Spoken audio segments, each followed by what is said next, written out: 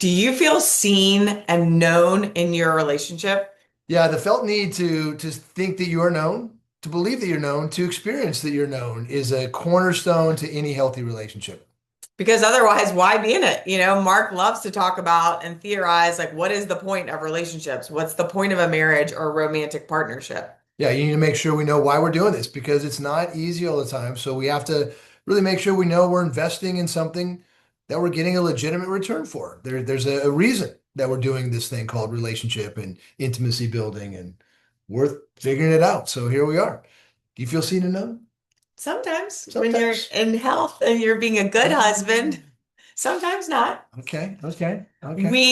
We've talked about this, but we are doing Stan and Tracey Tatkin's Wired for Love course right now as participants, which is really fun and it's been enriching and given us new thoughts and ideas, even though this is what we do.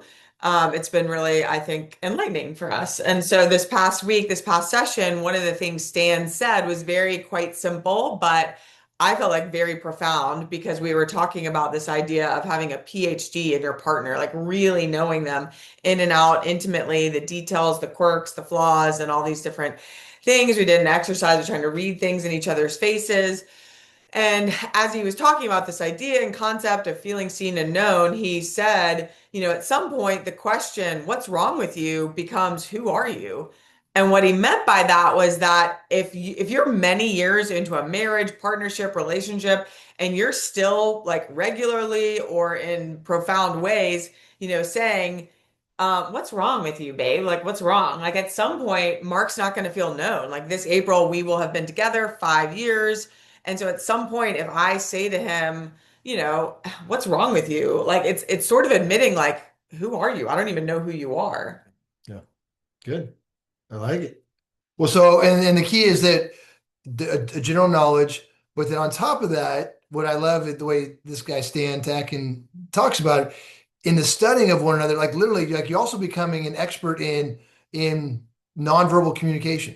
So like literally looking at each other, like, okay, why is your face forlorn? Why is your, forehead, looking Brow concerned? furrowed. Brow furrowed. What's up? Why are you avoiding eye contact? You seem flushed. Like there's an awareness of these, excuse me, these physical cues that are indicators that something is amiss. So some people are more sensitive than others. Some people just kind of have super high sense of intuition and super high empath. And maybe you can relate to that. Like when you've walked into a room and you just sense the tension right away. Like you just like, hey, something feels wrong here. But others don't. Some people actually, there's a psychological challenge. Some people actually have a difficult time reading faces. And so we need to acknowledge that as a point of this conversation that not everybody is automatically hyper intuitive. Okay. But whoops, the belief is that everyone can improve that skill. And so the hope is there's an openness to learning how you are, how your partner is, and how they're psychologically through their face conveying where they're at. Yeah, and I think that's like, I mean, that's what he was coaching us on in the session was that you could really start to even, that's going to go out again, just so you know. Let there be light. Okay, that's going to go out. Um, he was saying like you could a mastery level of marriage or relationship and partnership would be starting to realize when your partner is feeling flooded or in fight or flight, you could see like, okay, wow, the color just went out of their cheeks, or yes, a furrowed brow, or like their jaw kind of sinks down or tightens up. There's little things that Stan and Tracy were both able to say, like, hey, we kind of see this in our partner. We can tell, like, when they get flooded, this is a sign, like their eyes droop or bags under their eyes fill up or whatever. They gave a couple little quirky facial Yeah. examples. Yeah. Well, I like that again in this notion of genuine intimacy. So, by pure definition, the definition of intimacy is to be fully known, deeply and powerfully fully known. And that is sort of this, in my opinion, is sort of the mystical quest that we're on. Like literally, it is such a deep level of openness to growing in relationship, openness to wanting to know one another, openness to wanting to be known, and it's some next level stuff. Mhm. And the reason I make that point is because without a sense of really wanting that level of commitment and having these discussions like, hey, do we want to just cohabitate? Do we want to dive into a deeper expression of intimacy like Mark and Anna talk about? The cautionary path I have is this expectation of mind reading. Okay. And I want to be clear, 20 years of being a therapist, working with couples, mind reading is a no-no. So I don't want to necessarily make this a leap to like, I'm reading your mind. Like I know what you're thinking. Yeah. I don't know what you're thinking. Even people who are deeply empathetic can have a sense of what someone might be thinking or use the phrase, I can imagine what that might be like for you, but I genuinely don't know. You genuinely don't know. So there has to be still some level of inquiry, and the hope is through this tool that we're talking about is that's a cue. Mhm. You see the furrowed brow, you see the darting eye contact. That's Well, a and cue that something's amiss. a really sweet example when we first started dating was there was one time you said something that I felt was kind of off as you were like holding me or hugging me.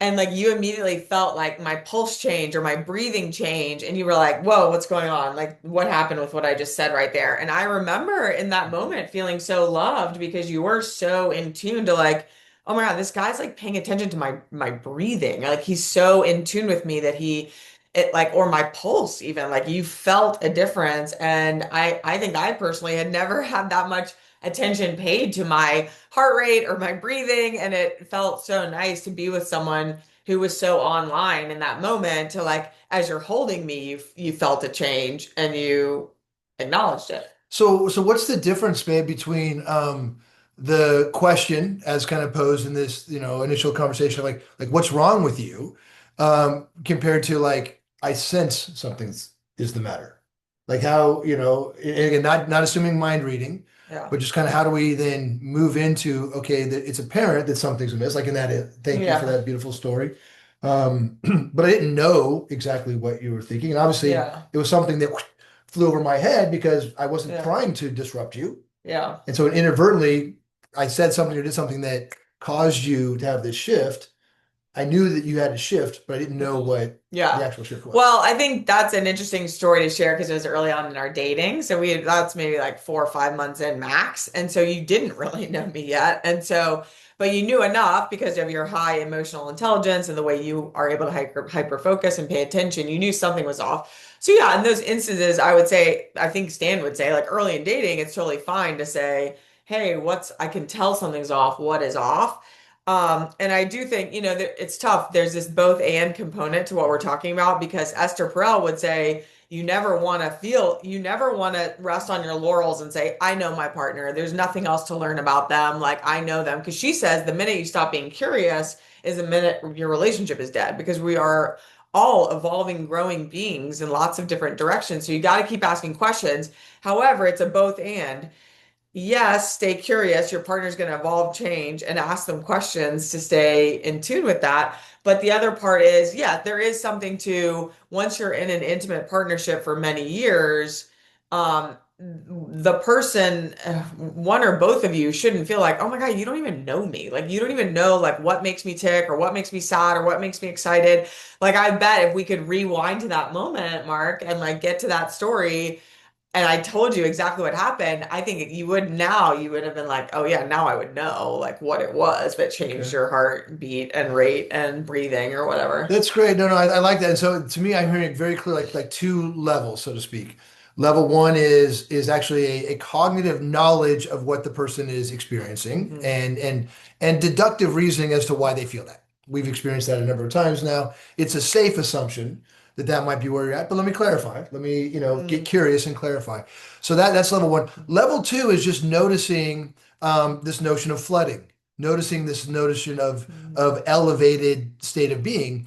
And the bottom line is ineffective communication, if someone's not in a place to receive our dialogue, our feedback, or have kind of this emotional cognitive interchange, they're not going to receive it. And so, for whatever reason, I could be elsewhere, meaning we might have a conversation that activates some psychological flooding within me. I'm feeling defensive, or I'm feeling insecure, or I'm feeling overwhelmed by it, and that would be the word flooding. So I get into a flooded state, and if she sees that in me, the reminder is like, hey, I know Mark. I want to have a good communication session with him. He's unable to hear me right now. It Hmm. doesn't matter literally if you're spoon feeding gold to me, I can't receive it if I'm in a flooded, distracted, elevated state. And so then it goes into the notion of I have a cognitive knowledge and then I have a psychologically intimate curiosity. I want to know how we can increase our efficiency so you can hear what I'm saying, but also I don't want you to be disrupted. I want to experience what's Hmm. called co-regulation with you. I want to help both of us come down to a place of Hmm. emotional, psychological well-being, so we can feel happier in the moment, but also Hmm.